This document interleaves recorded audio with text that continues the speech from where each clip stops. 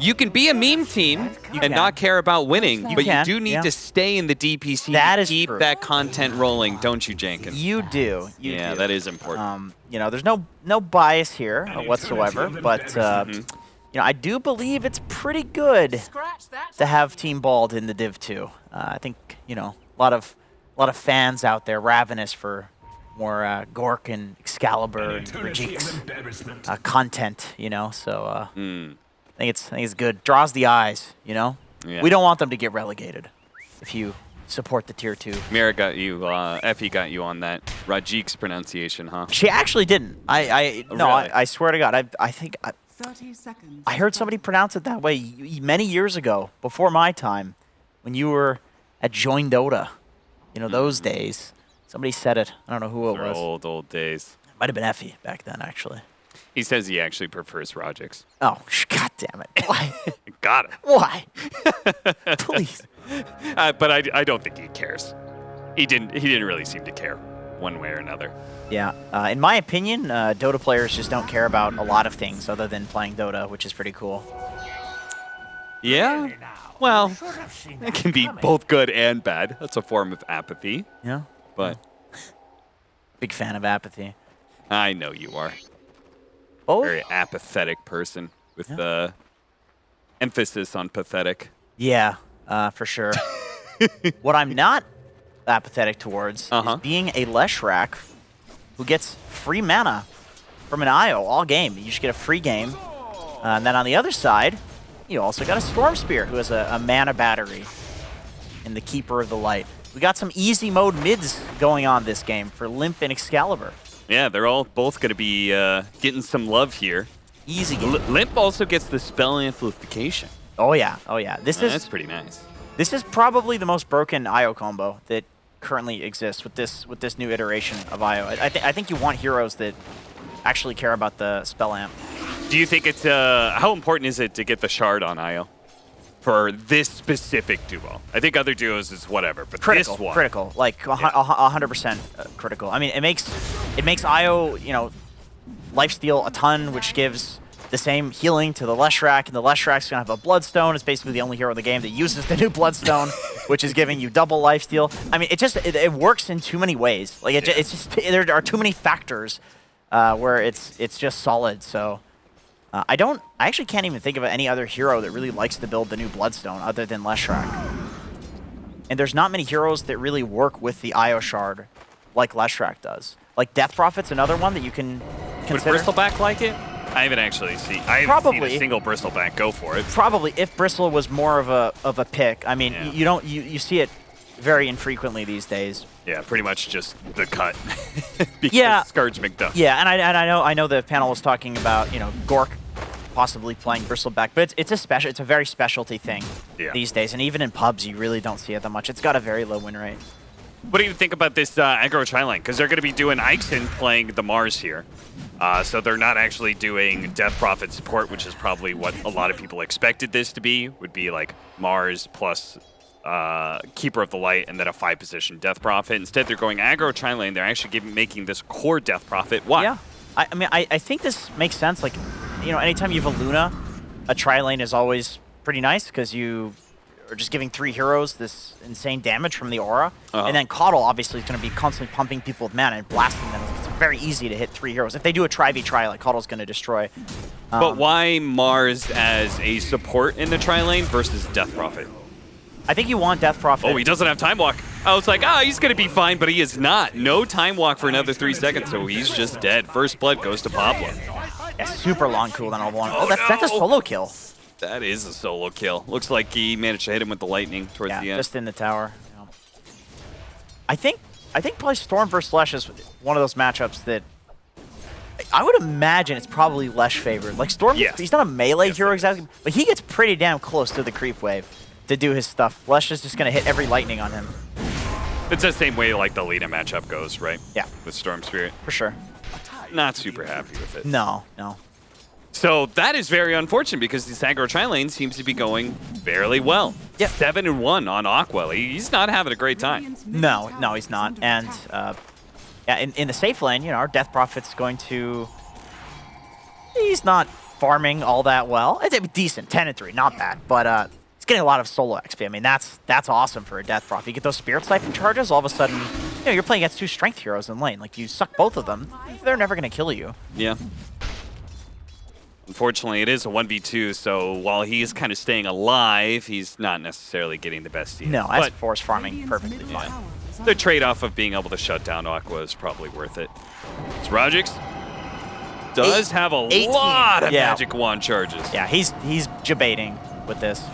The unfortunate thing about being Death Prophet versus Tiny in this scenario, ooh, nice dodge there, is that you know, you're sucking him for all of this damage, and he's just got an IO to heal him. So it's not like against IO Tiny, like, there's not really any kill threat there. Even with the rotation, it's you know, unlikely enough harass is going to come out. On the flip side, though, Rajik's taking a lot of damage. I don't think he has any Siphon charges left, so he's in a tough predicament right now. They've also blocked the easy camp, so he can't just pull the lane back. He's literally just got to sit in tower and just wait. Dude, he could try hiding in the trees, but because the lane ward, they know exactly whenever he comes forward or if he ever tries to hide in the side, so yeah, it's just not going to work. Yeah. Looks like our Storm Spirit has abandoned the lane for that level 5 timing where you just try and, okay, I'm just going to jungle until I get my 6. I think you could probably send Coddle mid at this point. Just, like, nuke out the wave, and then have Mars bot to stop any, like, aggression on the Luna. You just, you know, spear away. Or, I mean, or they could just keep getting kills down here. That's yeah, I mean, they seem to be pretty focused on this aggression. looks like Excalibur's. Yeah, he's with his 6. He's more than happy to go mid. If he doesn't get clipped by a an unlucky stun, he should be fine. Which means the power rune's going to be coming up in 20 seconds, and that's going to be super important. You can see support's already rotating for it. We're going to have a little bit of clash here from Pexu and Pablo. And they're going to actually set up the kill on Pablo here. Limp will easily collect that and hopes for a bottom rune. Otherwise, Storm Spirit might just get the one top. The guy was sitting there as well. They're going to battle over it, and it's going to be bottom, where Limp gets a refill and an invis. Yeah, both of these heroes on mid are the classic mid heroes. Like, they get so much from a bottled rune. Like, any rune is going to result in a kill. Oh, he might even solo kill here. What's his Edict bubbles? Do you think he can do enough burst damage? Probably not. With the range drop. Probably not. If he had Edict higher levels. Oh, with a Bane there. Pexu, though. Yeah, it's going to be close, but he managed to zip. Barely. Just sub 100 HP, but he does manage to get out. If Pexu had mana for Nightmare, then maybe that actually results in a kill. But yeah, it's one of those things, like, you're position 5. You're never going to have, the luxury of having full mana at this point. Faceless Void, bottom net worth core. And he's not necessarily the hero that fast farms. Storm Spirit heads up to the top lane, but Limp is already one step ahead of him. Or maybe just a beat behind. Either way, it's enough to be able to get the kill on both of the cores in the top lane as they're going to be able to run down Rajas. I mean, that's just an amazing read. That's just a really solid read. Knowing that they just had almost killed Storm Spirit, and so he's going to walk back to base and then TP somewhere. And knowing that that's probably just going to be the top lane because S4 is sitting up here, like, completely free farming. And you're not going to go to the safe lane because the safe lane's losing to the aggro tri lane, right? So yeah. Void's catching up mid anyway, so there's not even anybody to gank. That's just an amazing read by Limp. And even, like, plan B is Storm Spirit doesn't go up there, but it doesn't matter. They still kill Rajix, and they still take the tower because it was with the catapult push, yeah. So. Just a solid, super solid rotation right there. Like, technically, it just makes a lot of sense. This is good, too. This is going to be very tough to fight for Goon Squad. I think they would need Leshrac here to fight this. Maybe a relocation might. Nah, looks like they're actually just giving it up. So if you can't fight for the safe lane tower, most people are just going to go ahead and try and pressure mid, get some damage in. Ixon is already setting up for that one. And it'll just be a evening out of the towers in the side lanes. Yeah, I think Bald's pretty happy with that trade, getting that, because I do think there is a scenario where, like, if IO has I mean, it's 8 minutes, so he's not level 6, but, like, if Goon Squad is set up, they could possibly defend that, and the game is a disaster. Like, that's always a tipping point. Like if you can't get their safe lane tower, but they've taken yours, it can feel so disastrous if they win a fight there. You just never take it. You never get map control back. So yeah, Bald's probably pretty happy with that, but they have this Limp Leshrac to deal with. He's extremely problematic right now. And with Io, it's like Faceless Void doesn't need to have a good game. Leshrac is going to do plenty of damage. He'll solo carry the entire game. I mean, you can run carry Lesh with an Io with this Bloodstone and Spell Lifesteal build. Like, it does that much damage. It's that tanky. Yeah, and with his AoE damage, they don't even necessarily have to be super careful with their Chronospheres. No, he just leaves just leaves it all on. Recovery Midas for Aqua. Yeah, that you can even reload right. into it. Yeah, that's fair. I think he knows he doesn't really need to do anything for the next like 10 minutes of the game, so why not? Yeah. He's not needed for these fights. Game may just be solo one off of Limp's back here. I can't say that that's not a common thread for a lot of the teams that Limp is on, though. To be honest, Yeah. he is that type of player. He's not one of those like sacrificial mids. Like he can really take the pressure on his shoulders and carry a game if he's given a good lead. And I feel like he's gotten a lot better at keeping from throwing his lead, which was a common criticism of Limp A lot of people in said that. previous years. Yeah, Yep, for sure. But I think he's gotten a lot better about that. Yeah. So I think at this point, Bald are just waiting for like basically every Mars ulti, every Death Prophet ulti. You pair those two things together, and you probably still can fight pretty easily, even with Limp feeling quite strong. It's like if he still gets caught in those two ultis, it's more than enough damage. And they have ways of stopping the IO relocate out. So, you can beam them, you can grab them with Storm, silence them with the Death Prophet. Like there's a lot of options for Bald right now. So I don't think they're feeling too bad in this game by any means. Yeah, and they seem to be kind of chill just to farm up their stacks, which we saw they have actually made a little bit more. Maybe partly because the Faceless Void isn't going to be able to take advantage of them the way the Luna does. That's why he's going for that Midas. He's got to keep up somehow. Yeah. This might be a very, very slow game for the next, like, 5, 6, 7 minutes. Yeah. Until we get, like, BKB completed on somebody. To be honest, that's how a lot of Dota has been looking lately on this patch. I think it's just really hard to take tier 2s. I mean, look at the game that we have in front of us. Like, you have Tiny, tower, like insane tower taker. You have Leshrac, insane tower taker. Luna, Death Prophet ulti. You have all these ways of taking towers, and yet like nobody's gonna pressure a tier 2 at this point. They're just too powerful. Yeah. So I think it really is just a nature of like how the game is. Like, you need another round of items before pressuring tier 2s is reasonable. Otherwise, you're just kind of throwing. So that it becomes a lot more about economic damage, in which case Limp sitting here in the enemy jungle and might be able to pick up the kill on Rajix as well. They are going to have the arena come through. Rajix, ooh, barely keep it alive. It does actually turn around and help get the 2 core kills. It looks like Goon Squad have overstepped themselves drastically. Team Ball picking up 3 kills, and what are they going to do with that momentum? Yeah, that was just a sick bait. I mean, Rajik's having these items and like a big wand charge to use.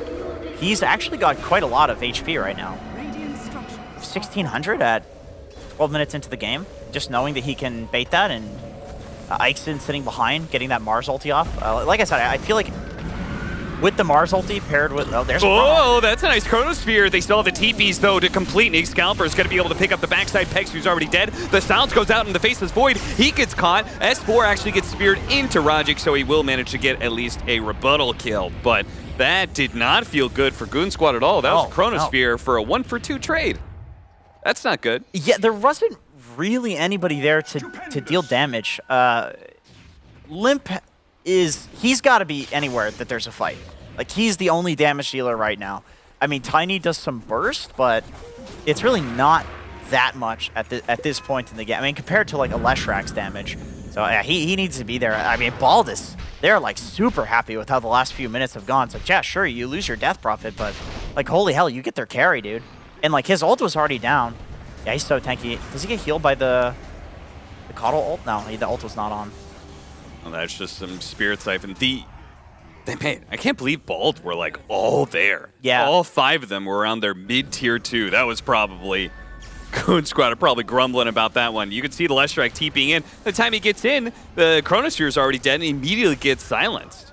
Oh, shout out to Rajix for that one. He had a really nice silence there. Yeah, that was nice. I mean, he ends up going down, but it's like you're so happy with all of that being traded, all of the TPs coming in, and all you lose is the Death Prophet who already pressed ult and who already survived the fight. Oh, there's a grip on the Relocate onto the Fiend's grip. That is... Oh! He's alone. Wait a minute. Godskin, where's your buddy?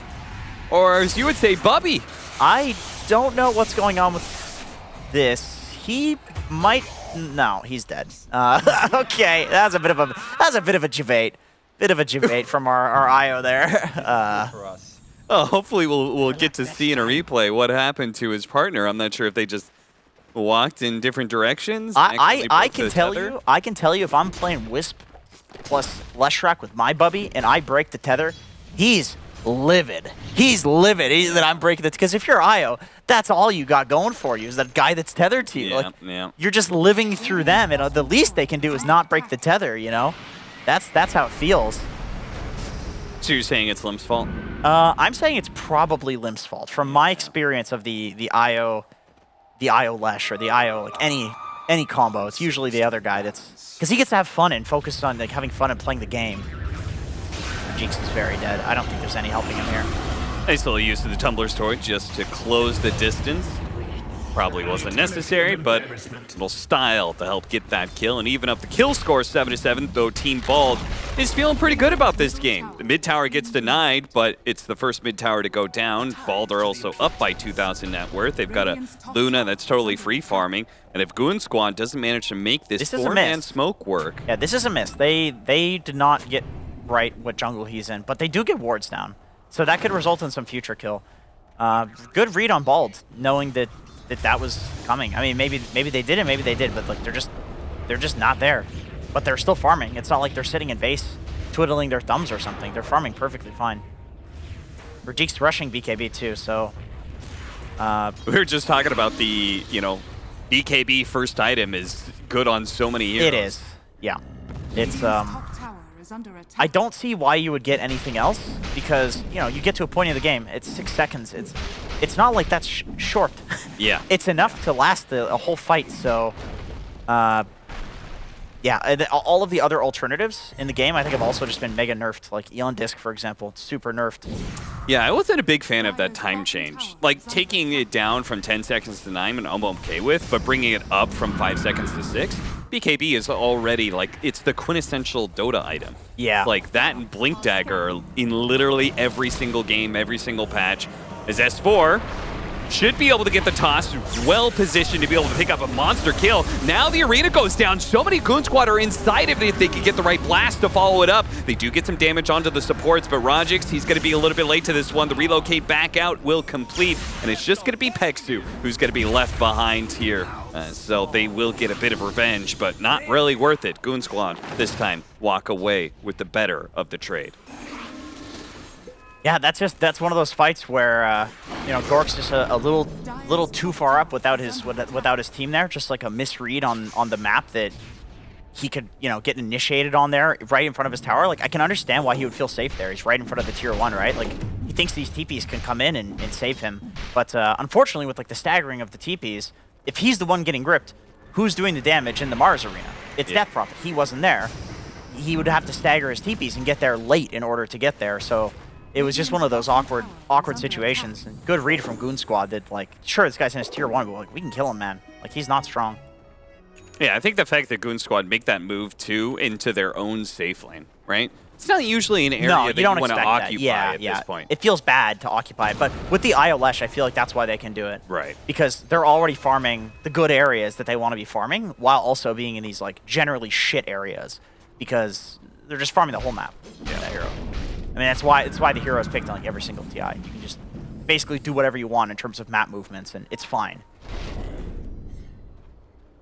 As a result, the net worth is kind of even out, especially with Aqua completing his Midas. Good sleep. That's going to be able to buy some time. Pablo's going to wake him up, and Ison should still be able to hit the spear to guarantee the kill. But it's, again, just a 5 position. Meanwhile, Excalibur does have enough mana to be able to jump away. He's got one more zip in him. They're going for it. They really want this one. If they're not careful, they may find themselves getting sandwiched on as the rest of Bald are on their way. Oh, they kind of slip right past him. Yeah, that's a pretty cool juke. I mean, I like that. That looked real dangerous for a second there, but they just Really did. They were confident in their like their little path that they took. They just cruised through between the tier 1 and tier 2. Yeah, yeah. Like the 300 Spartans, you know, when they beat all the Persians. They fought in the little. Except the Spartans were actually fighting and not retreating. That's true. Kind of, you know, the whole motto of that. There was story. not much retreating going on. Yeah, but what we saw there was indeed a retreat. So it's like the 300 Spartans if they're a bunch of you know, Athenians. Fraidy cats. Yeah, I don't know, Athenians. I mean, you're offending everybody from Athens now out there. Yeah, but well, they're not Spartans. All the Olympians out there. All right, we're going to get a free Roshan for Team Bald. So while the last few minutes of the game have been going the way of Goon Squad, a pickup like this is a nice objective for Team Bald, and now also gives them the power to make something big happen. I mean, they have a Storm Spirit with Aegis. That's the best hero to use it. Yeah, that was, you know, once again, another nice little read there, counterplay to that Spartans movement that we saw. It's like they're retreating to their wards, which are in the enemy triangle. But that's very far away from the Roche pit. So Bald is just like, okay, you want to run away from us? You're running away from Roche too, dude. Like, that's perfect for us. And they'll play inside the enemy triangle. Though. Yeah, they don't need theirs. Just mirror you guys. Yeah, play out of vision. Like, yeah, this is great. This is. It's not so great is the fact that S4 is a tiny who can hit that off-lane tower a bit, so they got to equalize the pressure somehow in that regard. They do have Death Prophet. So that's always, you know, unfortunately with DP, it's like you have to press a cooldown in order to pressure towers. With Tiny, it's just this constant thing. It's such a pain in the ass, honestly. But he does not have the shard on Tiny. So he's not as much of a threat as if this was like a carry Tiny, who'd be hitting with the tree constantly. But he's losing those charges. Oh, he's going to go for the hit. He's going to go for the hit. And greedy who's boy. Been patiently waiting. Gets the setup, spears him back. The TP should complete. Okay, they stopped it. Io is there. He almost got the blink out, but yeah, we'll see whether or not he gets to relocate out, and he does. Yeah. Well timed. He had a lot of time to get that off. I mean, that's Tiny for you. I mean, this hero just has such a ridiculous strength gain. It's the highest strength gain in the game. Is it the highest strength? No, he actually has the highest base strength. Primo Beast is the highest strength gain. Yes, he does. He's still got very high strength gains. Very tanky move. Still waiting for Val to nerf that goddamn hero anytime soon. I'm so sick of that hero. Screaming, all the shouting all the time. Yes. He does do a lot of shouting. Yeah. Then again, so do you. I thought you would see him as a friend. Maybe your spirit animal. Gork is very far out right now. Gork is very, very far without out a TP. Now. Without a TP, as well. He's not the one with the Aegis, and no. The enemy team also has Io, which the Io is dead, but still. Yeah, I think that would be on account of the BKB. He felt pretty safe just doing whatever. Yeah. Like, I know a lot of people view BKB as somewhat of a farming item. There's BSJ videos you can watch about that. I think Gork probably watches those as a fellow streamer. Yeah, that's true. I've heard lots of respect for BSJ. Yeah, I've heard he's learned a lot from BSJ. Yeah, they really like each other. Yeah. So, yeah, the BKB, you feel like, oh, now I've got this. Like, it's such a pain for them to go on me, so I can farm like closer to the enemy base. But then, you know, you don't have a TP, you end up going down. Bit of a misread. And it's twice now that Goon Squad have surprised Gork by ganking him in Goon Squad's own safe lane, right? Yeah, it's like, it's just kind of like the difference of like what you would expect in a pub, right? You're not expecting a move like that because it doesn't feel good. It feels weird, yeah, exactly. Really good setup for Ixon here with the Invis Rune. They're going to be able to close in and might be able to kill the Leshrac here. Pull him. Yule Scepter goes down. He's got some one charges, and the Tiny does intercept with a nice combination. But, oh no, Excalibur's not going to be able to complete the kill onto Leshrac. Rajix does get Fiend's Grip, but they're being pulled back in by Pablo's ult as Pexu gives up his life to help the others retreat. But the Spirit Siphon, the Chronosphere, they already have the Ghost out. So that means Aqua, he's fighting into and does manage to get the last second bash to ensure the Death Prophet kill, but it also, in a way, got S4 killed. Yeah, everybody died in that fight, in my opinion. Well. That's something. I think if you're Gork, man, like that hurts. That hurts. That's 2 fights in a row. He doesn't get the BKB off because he just gets comboed. I feel like Ixon is like, he's putting in so much work in this game with his Mars arenas. And it's so unfortunate that with such a good initiation, like Gork it's just a little greedy with the BKB usage. Yeah. And I get it, you feel like, oh, I can survive the burst and then get the BKB off while I'm low, and then lifesteal and bait more spells. But at this point, it's feeling like he's just got to press it, man. Yeah, because otherwise, like, this fight would be a clean win. Oh, for sure. Bald. They could. It could be over. I mean, they could have Raxed there. Like they could have Raxed, but yeah, Luna just not the tankiest hero. You know, when you're comparing with something like a tiny Leshrac with an IO, like there's no saves for him either. I know a lot of the time people pick Luna, they'll draft like saves with it, something to buff it, you know. Spot limp. He's not necessarily the easiest kill, but they're going to focus everything they have on him. Hanskin is on the side, does manage to get a decent tether. There's also a Nightmare save for a moment. They're going to finish off. Oh, Excalibur, he's out of mana. He's in trouble. He's still going for the Bane kill, but S4 might be able to get him as he tosses, goes for a TP out. Oh, Excalibur, good try, but the Echo Saber, the second hit was up on Tiny, so he instantly swung on it. Okay, oh no! Bro, he threw the tree, which toggled the first Echo Save, and then he had the second hit that was instant because of the toggle. That's so funny. Rajix, they are going to be able to catch up to him thanks to an offensive relocate and another catch by S4. He's showing up on this offlane Tiny. I'm worried. I'm worried about the major, Jenkins, that we're just going to be seeing a ton of Tiny once again. I don't think so. I don't think so. That here. I think there are. I mean, we saw how much damage Death Prophet did to the Tiny.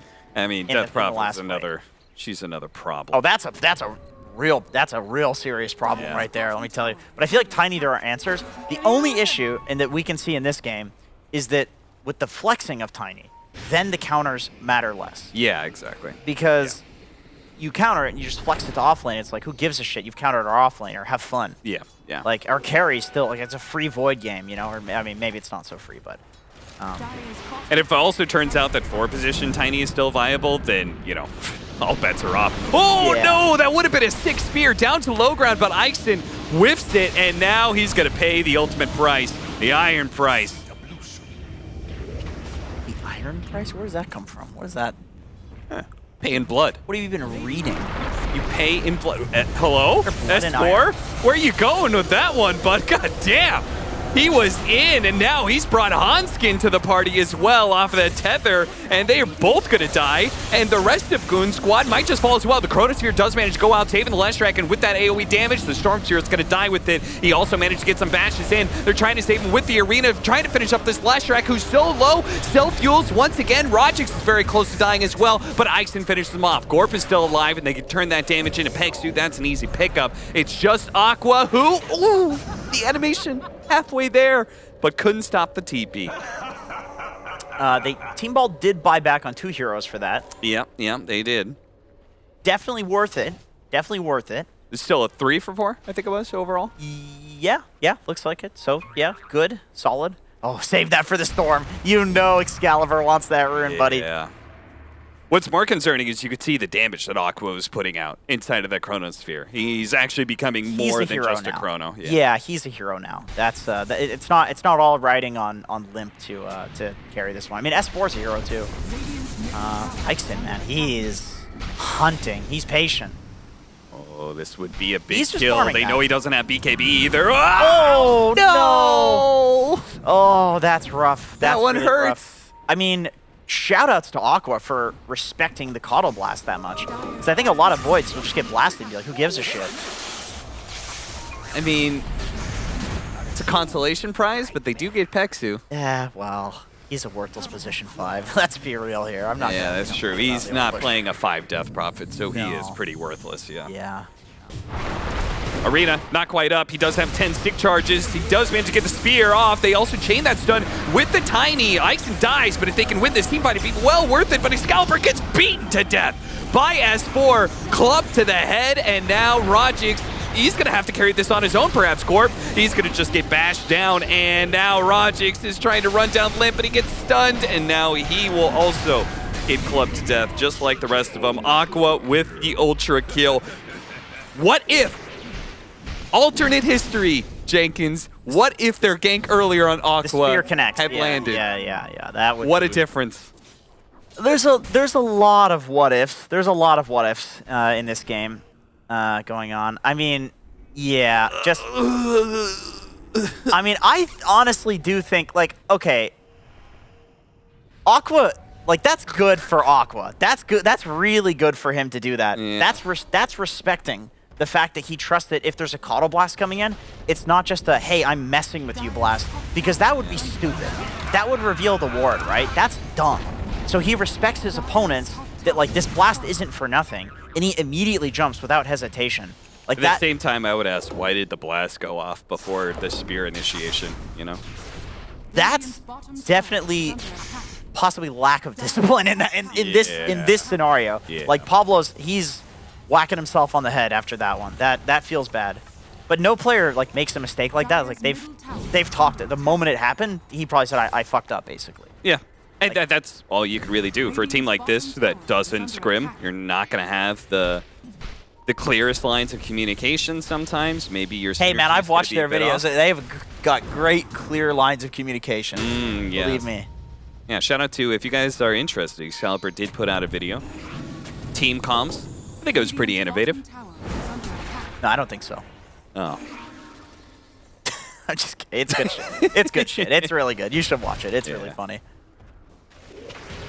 10,000 net worth lead for Goon Squad. They are well ahead because you add in the fact that this Luna faces Void matchup is supposed to be like Luna farms faster. She gets, you know, she's supposed to have a 8,000 net worth lead over the Void. Oh, yeah. And close out the game before he becomes a threat. That did not happen this game. It didn't. It didn't. I do believe Aqua's getting to the point where he can basically choose a team bald hero and kill them in chrono. Yeah, like any hero that's a problem. That's a double damage. Oh! Ooh, that was a close one. Rajix barely survives through it all thanks to the spider legs, gets the other side of the cliff and does not get caught by the rest of Goon Squad. But it goes to show, Aqua's not the only person who can call his target. 100-0 them almost. Yeah, there's quite a few problems that need to be addressed here. Ixen is cutting the mid wave, so we just have this catapult on the side of Goon Squad. Aqua's trying to get something out of it, but chooses not to when he gets bullied back a bit. I wonder for a second when Pablo TP'd and canceled it if they would go high ground because they knew he wasn't there, but instead they actually kill him, so. Yeah, now he's definitely not going to be there. He's definitely not, yeah. In fact, 70 seconds on his respawn timer. Yeah, so. That is a dieback, so he 100% will not be there. Yep. Ixen did cut 2 waves. Man, I feel like Ixen's putting in work this game, dog. Like, he's really carrying. It's making the 5-position Mars look legit. Do you believe in that? The general concept? I know Owie69000 believes in it, so because he does, I do. I do like the concept of having a hero that can like soak projectiles as a 5. Oh, Aqua instant BKB. And again, quick reactions from Aqua versus Ixen. He's godlike. Yeah, he's super on point. I mean, after the laning stage was super tough for him, man, but now he's playing extremely on point after the lanes. I mean, what can you even do? Like, you could argue the lanes are just going to be hard because he's getting tri-laned with the dual lane, so what can you do? Yeah. But he's looked super solid this game. Yeah. It's one of his heroes. That and Lycan. Yeah, this is his specialty. I remember the jumps in, bit of harass. I remember the Scotty Heaven's Halberd thing. He was like one of the first guys to do that. Void. And some damage onto Rajix. Limp is going to follow it up. The BKB goes down from Rajix. Excalibur does not see an opportunity to punish. They're going to have to find an opening soon because at this rate between Aqua and S4, it's going to be 2 lanes of barracks pretty quickly. Okay, get some decent damage. They actually start going for S4. They're going to pop the Eclipse here, but S4 turns around, activates his BKB. He's got the tether of the IO as well. No, in the background, somewhere, there is a Bane holding Gorp together with the Fiend's Grip, and he has to full out retreat to the fountain, but he might not even make it. Aqua's going to be there. Blink forward from Limp. S4 also tossing. They actually get the extra kill on Pablo, and that'll be it. Game 1 is over. There was definitely a time where Team Ball, they were winning this game, but sadly just did not quite, have the same discipline or synergy or whatever it is